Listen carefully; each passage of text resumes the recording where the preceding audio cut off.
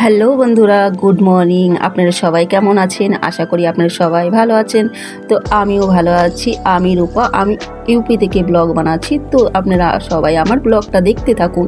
তো সকালবেলা উঠে পড়েছি, কাজকর্ম তো শুরু করে দিচ্ছি অনেক সকাল থেকে।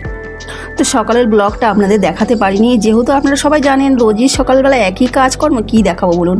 আপনাদেরও দেখতে ভালো লাগবে না যে সকালবেলা একই চিজ রোজ রোজ দেখায়? তাই ভাবলাম আজকে একটু অন্যরকম বানিয়ে দেখাই। তো আমি মেয়েকে রেডি করে দিচ্ছি স্কুলে যাওয়ার জন্যে। বাকিটা বলেছি যে তুমি রেডি হয়ে নাও, আমি তো ভিডিওটা বানিয়ে নিই। তো আমি ক্যামেরাটা ধরে আছি, মেয়ে একা একাই রেডি হয়ে গেছে। পরবর্তী মেয়ে আমার ক্যামেরা ধরে নিয়েছে, বলে মা আজকে আমি আগে আলুর কচুরি বানিয়ে দাও। সেদিনকে বানিয়েছিলাম, খুবই স্বাদ ছিল। তো আজকে আবার জেদ করেছে, এর জন্য আমি আলুর কচুরিকে টিফিনে বানিয়ে দিচ্ছি, যেহেতু ওর খুবই পছন্দ। আমার ছেলেরও খুবই আলুর কচুরিটা পছন্দ। তো 2-3 দিন ছাড়াই আমি বানিয়ে দিই। পরবর্তী আমার মেয়ে জুতো টুতো পরে একদম রেডি হয়ে গেছি স্কুলে যাওয়ার জন্যে। তো দেখো জুতোটাকে জল দিয়েই মুছে নিচ্ছে, পালিশ টালিশ আর নেই, কী করবে বলো? পরবর্তী আমি হাতটা ভালো করে ধুয়ে নিয়েছি, পুজো করতে বসে পড়েছি। দেখো 10 টাকার ফুল নিয়ে এসেছি, এর মধ্যে বেলপাতাও দিয়েছে। সমস্ত জিনিস কিনেই নিতে হয়, যেহেতু শহর, গ্রাম তো না। মনে করো গ্রাম হলে তো এর ওর বাড়ি থেকে নিয়ে আসা যায়, সেটা তো না।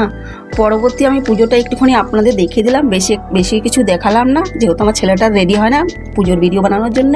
পরবর্তী আমার খিদে পেয়েছিল, সকালে সমস্ত কাজকর্ম হয়ে গেছে। তো আমার সেরকমটা ভালো লাগে না তেলের জিনিস খেতে, মনে করো সিঙ্গাড়া কচুরি পচুরি। তো রাতের ভাত ছিল, তো ভাবলাম রাতের ভাতটাই আমি খেয়ে নিই, ফেলে দিয়ে তো কোনো লাভ নেই। তো পেটে গেলে তো কাজে আসবে, শরীরটার ঠান্ডা থাকবে। তোমরা তো সবাই জানো যে দই দিয়ে পান্তা ভাত খেতে খুবই ভালো লাগে। তো দই দিয়ে আমি আজকে সকালবেলা পান্তা ভাতটা খাচ্ছি। এর মধ্যে একটু পেঁয়াজ আর কাঁচা লঙ্কা দিয়ে দিয়েছি, লবণও দিয়ে দিয়েছি, আর একটুখানি সরিষার তেলও দিয়ে দিয়েছি।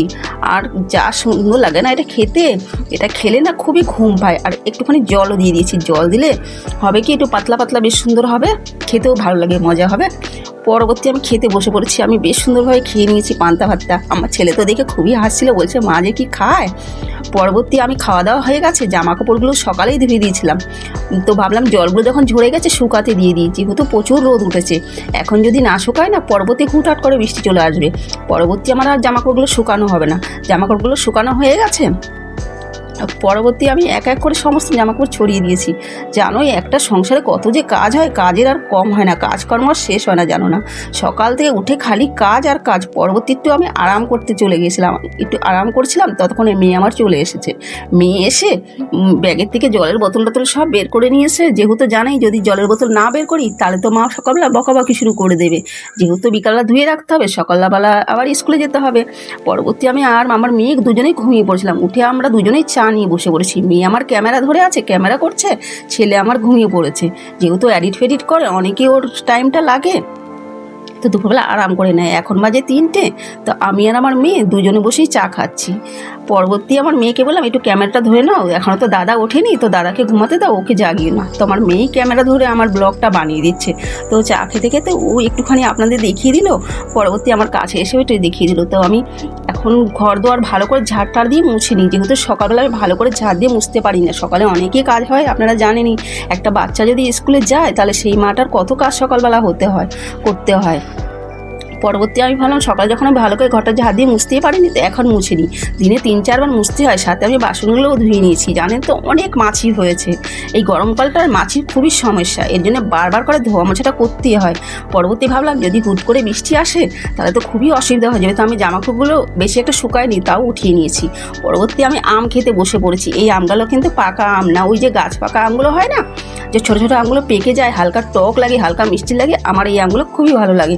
2-3টে ঘরে ছিল, পেকে গেছে। কাঁচা আমি নিয়ে এসেছিলাম টক ডাল খাওয়ার জন্য, কিন্তু পেকে গেছে। তো ভালো আমগুলো আমি খেয়েই নিই।